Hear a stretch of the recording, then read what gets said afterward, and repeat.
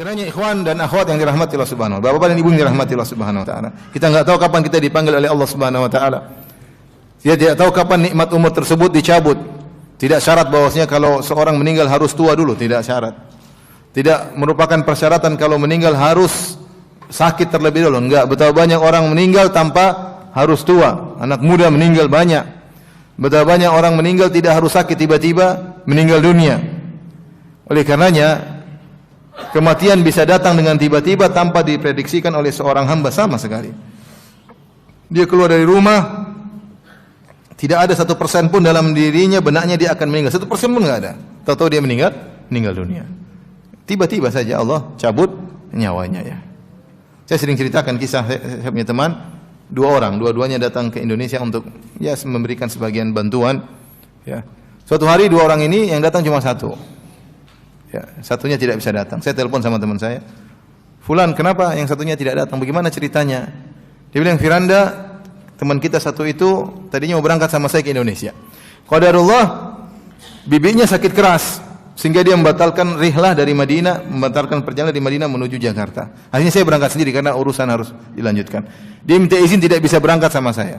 Akhirnya dia jenguk bibinya, ternyata bibinya meninggal dunia sehingga ba'da Isya dia salatkan bibinya di Masjid Nabawi, kemudian dia kuburkan bibinya di Baqi.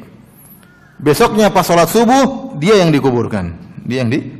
Subhanallah. Tidak ada yang duga ya.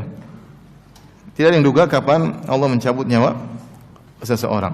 Oleh karenanya kita mau tidak mau harus memplanningkan diri kita ya, agar kita tidak buang-buang umur kita. Hidup ini harus planning, ikhwan dan akhwat ya.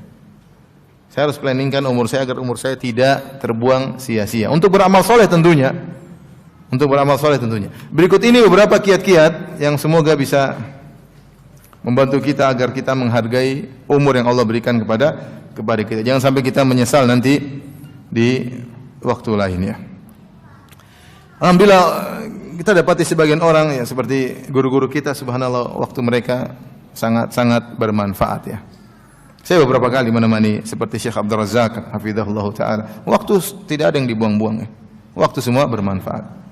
Mau di bandara, mau di pesawat, mau di hotel misalnya ya. Waktu tidak ada yang dibuang-buang. Kalau enggak nasihat, mungkin baca Quran, kalau baca Quran tulis buku.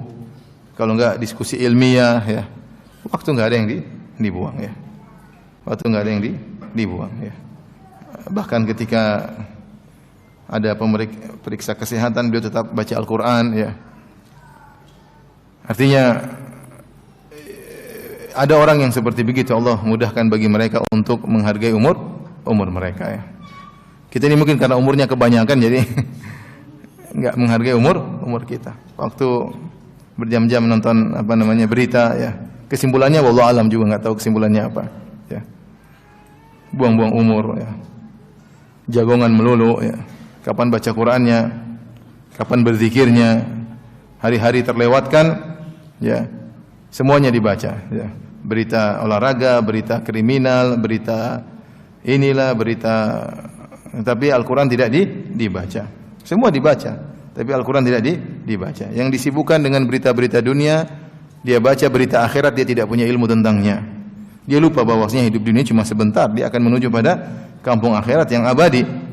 Sementara fokus umurnya dia gunakan untuk sibuk dengan berita-berita dunia ya. Itulah sebagian kita ya, tidak semuanya tapi sebagian kita seperti itu.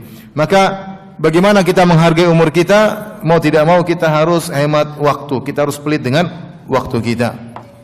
Sebagaimana Hasan Al-Basri mengatakan, aku adraktu aqwaman, aku mendapati suatu kaum itu para sahabat atau para tabi'in yang bahwasanya umur mereka, waktu mereka lebih berharga daripada az-zahab wal fiddah, daripada emas dan perak.